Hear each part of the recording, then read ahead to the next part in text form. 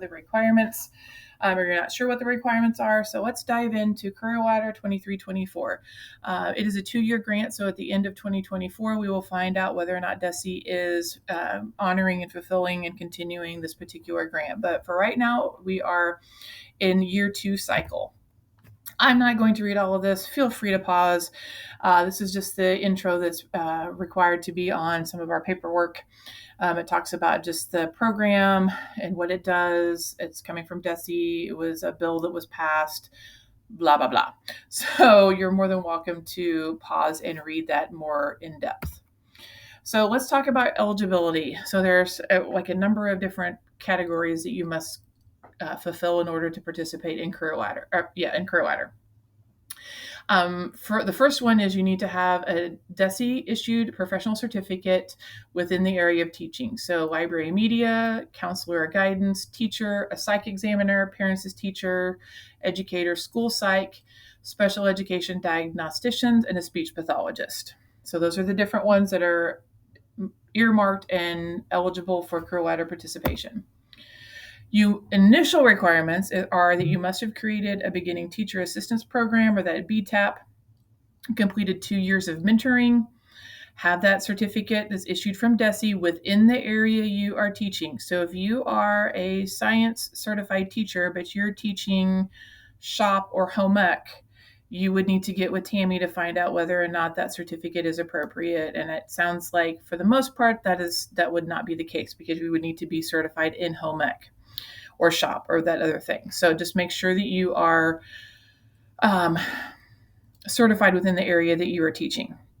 You need to be on a full-time regular length contract with like a teaching contract, be performing at an acceptable level at an acceptable level or above on all criteria on the most recent evaluation. So if you're on a teacher improvement plan, something like that, professional improvement plan, you would not be eligible. Complete the intent form, which is a very simple checkbox, ironically, and then submit the Career Ladder plan and receive approval from the building principal. And then you're committing to 20 hours of tutoring either before or after school. And then I don't know that we have any SLPs in our new group this year, but you can read the little disclaimer on the BTAP and mentoring, as that's not been a requirement. Additional requirements on top of that. So you have 2 options, a little bit more money here, $1,500 in stage 1 or $3,000 in stage 2. Technically, there is a stage 3, but we do not offer it because we weren't sure exactly how long the program would be around. So stage 1 and stage 2. Career Ladder again was $1,200, just to give you perspective. You have to have completed 2 years of 2 years of teaching in a Missouri public school. You can't be starting on year 2. You have to have completed year 2. That's where Pride comes in for those 0, 1, and 2 year teaching experience in Missouri. Can't be in Oklahoma, can't be in Kansas, has to be in Missouri. Then you have an additional 50 hours of additional responsibilities, including the minimum of 20 tutoring. Okay, so 20 is tutoring, 30 can be other responsibilities like the committee work, professional development, all of those types of things. Some people just do the 50 hours in tutoring, and that's fine too.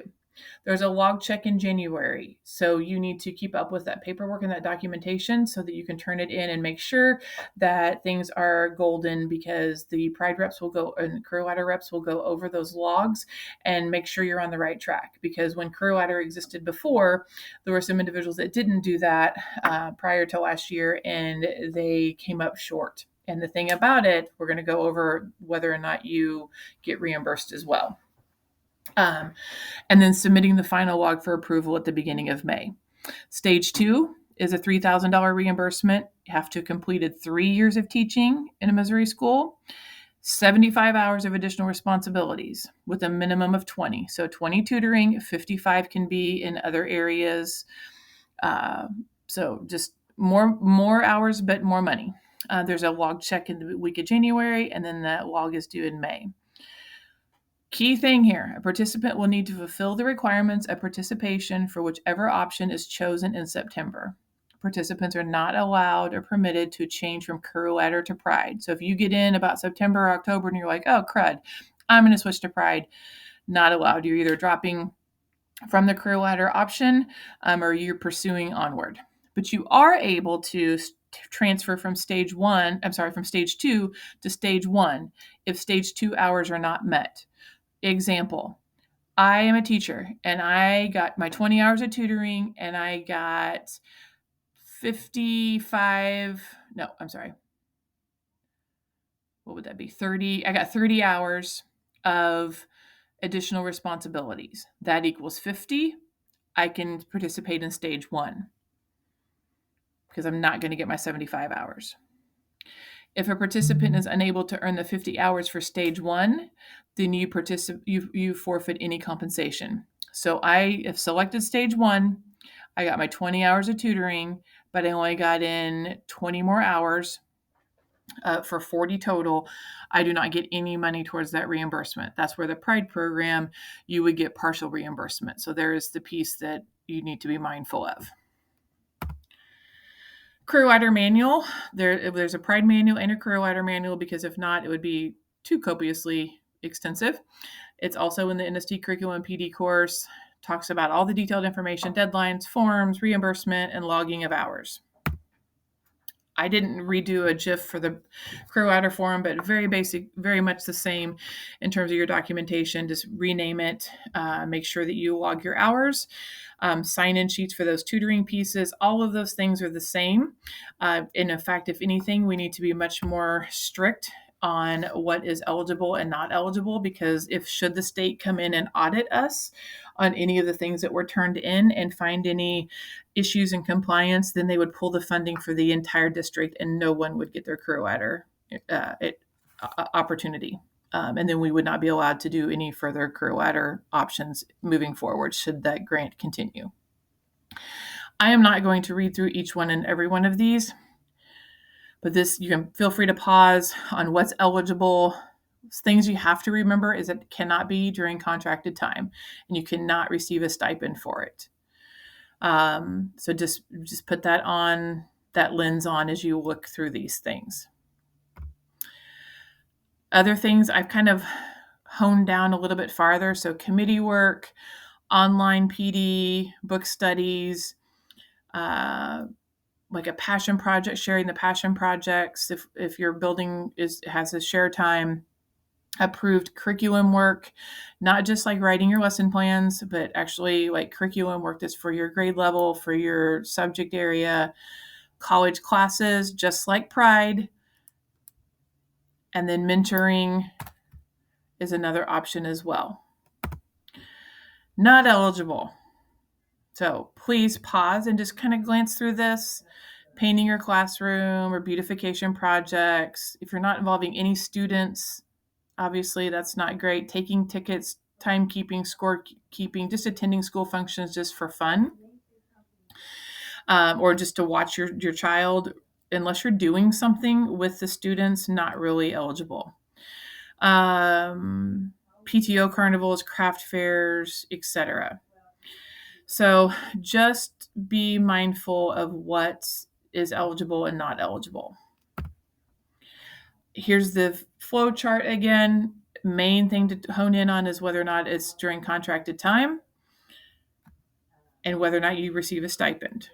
Again, those hours can still count towards the 20 district hours required for a professional development, but then you can take it a lens further and look into the different bucket of Pride or Career Ladder. I have not updated the due dates, but I promise that will happen. This is the one from the Pride example, but there's a Career Ladder one just like that with all the links to everything. I've tried to make it as simplistic and as easy as possible. So please check that out in the manual in Canvas.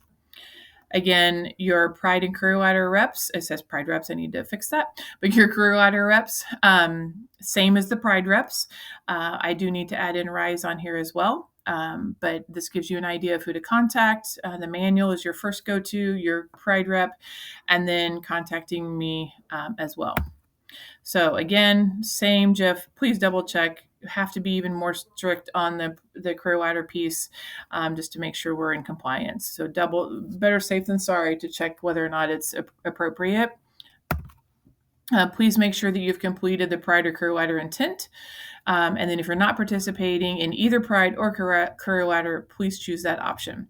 Thank you so much for sticking with me. This was a lot of information and a lot of numbers and a lot of dates and a lot of eligible, not eligible. So I appreciate you listening to this video and making your decision. If you have any more questions, please let me know. I'm happy to answer them. Thanks so much.